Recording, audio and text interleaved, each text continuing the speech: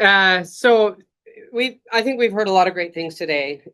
What I want to talk about a lot of what I talk about is going to be very useful for decision makers or for individuals in organizations who feel like they're blocked. Like, how do we make a business case for generative AI and AI in general, and how do we measure success? And so, what I'll start with is that we ask for a lot of things, and sometimes we get what we ask for, but it's important as a creator, whether you're a content creator, whether you're a creator of business solutions, you have a vision and you want to realize that vision. And a lot of companies, including Google right now, are saying you can get closer to your vision, you can deliver more of your vision, you can do this using AI.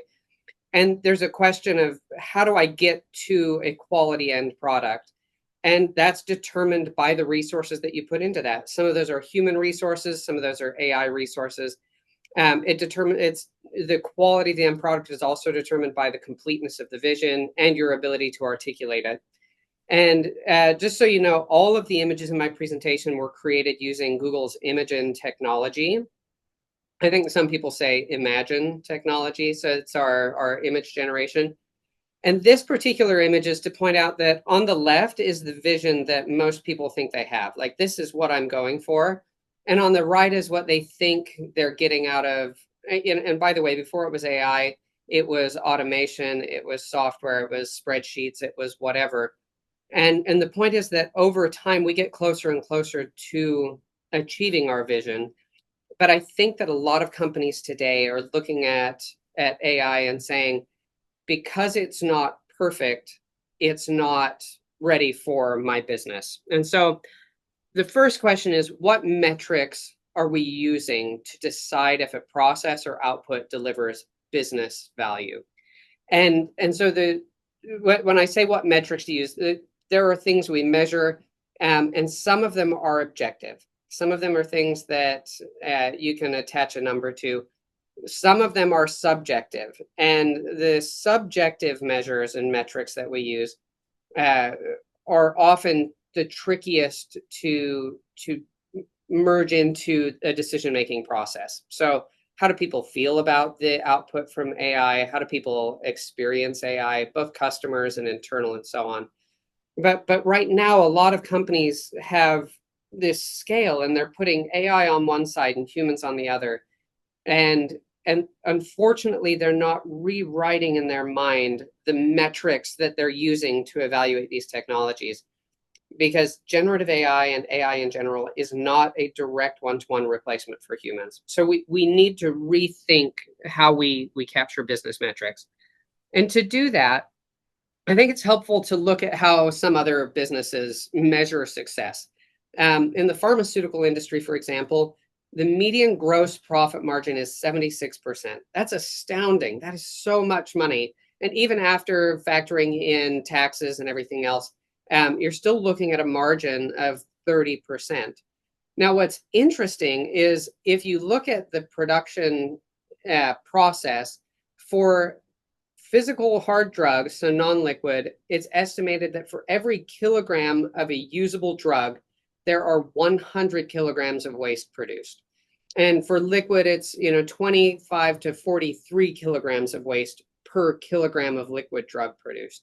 So what's amazing is that if you're getting a 1% effective rate of converting raw material into a consumable material, and you're still making a 75% or 76% median gross profit margin, that's really amazing. So in other words, there is profit and business value available for AI that doesn't yet deliver a 100% accuracy or kind of efficiency rate. Now, oil and gas is another one. These companies are pulling in enormous profits, and on average, less than half of what comes out of the ground becomes usable gasoline that we can use in our cars. And so the first thing I would challenge everybody on this call, every decision maker, everybody who's a practitioner looking at, how do we how do we look at AI and decide whether or not there is business value or attribute to it what the business value is? I would say look around the industry, even within your own industry, and ask yourself the question, am I being too uh, restrictive on the metrics I'm using to decide whether or not it's time to introduce AI?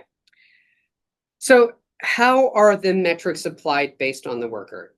So, I think all of us are familiar with the human side of this equation. You've got a job description that defines things like education, experience, skills, desired business outcomes. This is something that we're all very familiar with. Now, artificial intelligence, on the other hand, when you're saying how will AI and generative AI fit into my organization, and we we usually start with what is the human job description. So we're kind of looking at this as a one-to-one, and then we add additional expectations and more rigid acceptance criteria because we're nervous that AI is going to go off the rails. And so what's interesting is in this image down here, it's showing that sometimes we're trying to put AI in a position to deliver something that it obviously isn't ideal for. And when we look at what humans typically do, the machines that actually move us forward, if you look at the Industrial Revolution moving into the modern age of robotics and so on, the machines that, for example, in an auto manufacturing process, you look in a Ford plant or a Chevy plant or GMC plant, those machines are not humanoid robots walking around with wrenches. They are custom built to the process or to the specific part of the building process that they're tasked to deliver. And they often do it more efficiently than a humanoid, robot could. And so we want to think about the, quote unquote, job description that we give AI differently than we think about the job descriptions we give to a human.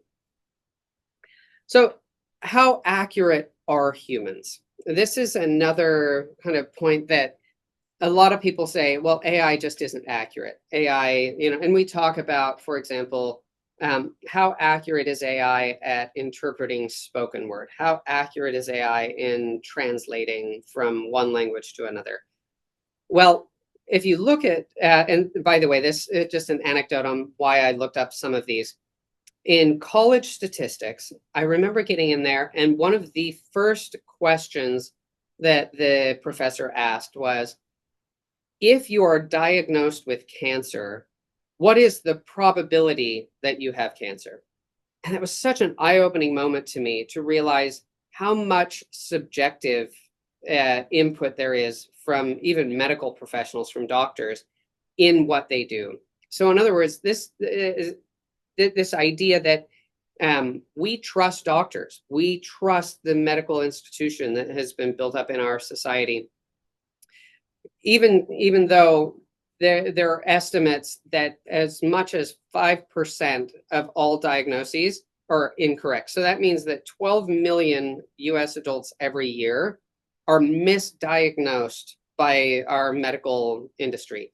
Now, does that mean that we should stop diagnosing people? Does that mean that there's a big problem with our medical, industry? I don't think that's that's not my takeaway from it. But it's just to say that when we look at AI and say, oh, its accuracy isn't good enough yet, it needs to get to 100%. Humans are rarely operating at 100%. Another interesting data point is the retail management or retail inventory management, where you look at this across the industry. The average retail store's inventory accuracy is about 65%. So that means 35% of the inventory that we think we have or don't have, that may be on a shelf, on a rack, in a warehouse, we're wrong about. And yet, that 65% accuracy delivers an enormous amount of business value. Being able to look at that and say, oh, okay, I know about where 65% of my inventory is, helps us to forecast, helps us to choose promotions, helps us to make supply chain decisions. So even at 65% accuracy, that's really good. And just a kind of a funny side note, there are about 50,000 screenplays, human written screenplays submitted every year in Hollywood, out of which about 150 are chosen to become movies. So that's 0.3% of the output of an entire industry of screenwriters that moves on. So again, a hugely profitable industry doing great things, primarily human driven at this point, and we're operating at a 0.3% success rate, if you want to think about it that way.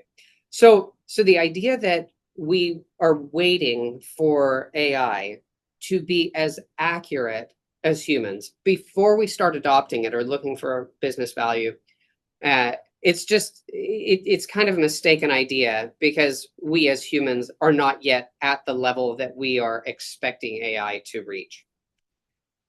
Okay, so that brings us to the question, is it AI or is it us that isn't ready for change? So in many ways, AI is performing at human levels. If you think about, and just think in your own personal experience, the last time you had a chat interaction with a human on a website, how satisfied were you with that human's ability to understand what you were asking and deliver a response back? So Brilio, who presented today, was talking about how they can leverage Google's AI technologies, including our Gemini multimodal technology, to deliver novel experiences, which I would argue in many cases will probably be as good as the human experiences, based on on my own anecdotal observance. And so I guess what I would say is that when we consider industries and roles where we as a society, as businesses, accomplish great things in spite of inefficient processes and inaccuracy, why are we holding AI to standards that are often higher? And how many humans, this is a good kind of thought experiment, how many humans deliver at an expert level on day one of a new job? And the answer is not many, probably none. And that's just fine. Like, we are perfectly fine hiring interns, hiring college grads, hiring people with 5 years, 10 years, 15 years of experience, hiring somebody into a role that maybe they haven't been in before. We're fine with hiring them in and recognizing that there is a ramp up period. And over time, the AI will also improve, and the ways that we leverage it will evolve. So what are some real world return on investment that businesses using AI are seeing?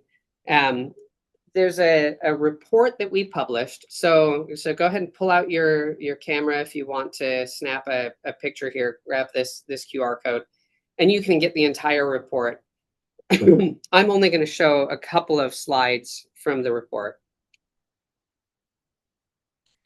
But so this is a global survey. I think there were over 2,500 people in enterprise in a variety of industries asked questions about Gen AI in their businesses. And so some things that are interesting is that 74% of organizations are currently seeing some return on investment from their Gen AI. Now, is that bottom line? Well, we'll get to that in the next piece here.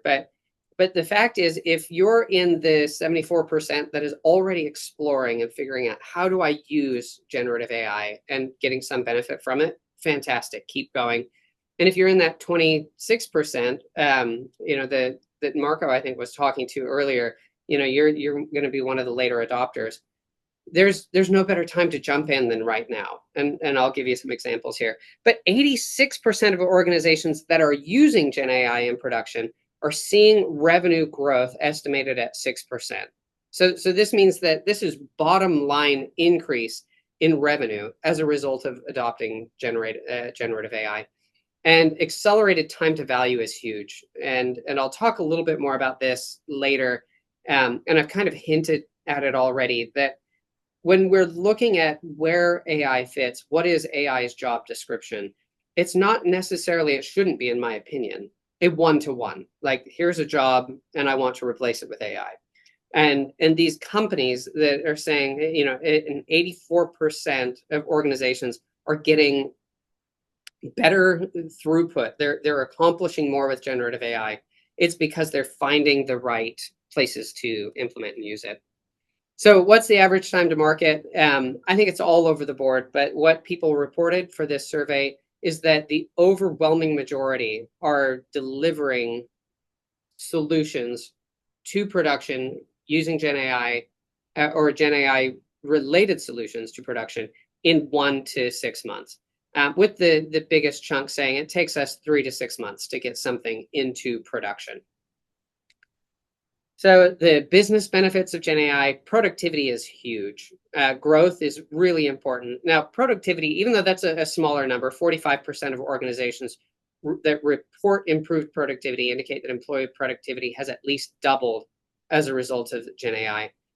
The reason that number is so significant, and when you're thinking about productivity, is that when you look at who is being made more productive and the cost associated with that human resource that is now more productive, the dollars add up very quickly. So in other words, every bit of productivity you can give to somebody means that for every hour you're paying them, they're accomplishing more. So they have better job satisfaction, and you actually deliver more overall growth. So that's why business growth, user experience, and even security are having such leaps and bounds with respect to generative AI adoption. Now, security, I think it's important that there's a really interesting aspect to how generative AI can help in security. Before today, well, Google's been using AI in our security function way longer than this latest, kind of interest in AI. But generative AI has the ability to see things and extract patterns in human ways that make it so much more effective at identifying and resolving security issues than anything we've had in the past. So if you're not looking yet at how generative AI factors into your security posture, that's a conversation you should start having, and that we, as Google, would love to have with you. Okay, so this is, I think, my last slide on this ROI, and I encourage you, again, go out and download it. But I wanted this slide in here because companies that are successful at deploying generative AI solutions that are impactful, they have C-suite leadership. So this is generally something, as an individual contributor, you can definitely drive a grassroots initiative. You can come in and say, hey, we really need to look at generative AI. Here are examples. Here are, use cases. Those are important. But the companies that really excel have C-suite engagement. So if you're a VP, if you're a director, if you're a manager, start pushing this up and saying, hey, we are doing great things, and we're seeing a lot of opportunity with Gen AI. We need a champion within the organization to help drive this. CTOs are leading the pack, but even down at the far end, chief marketing officers are, at 18% driving this. I have one customer in the retail industry right now, and the CMO is so keyed into what's possible with generative AI around marketing, around customer engagement. And we're not just talking customer service. I mean, obviously, like what Brilio is presenting today, that's really compelling.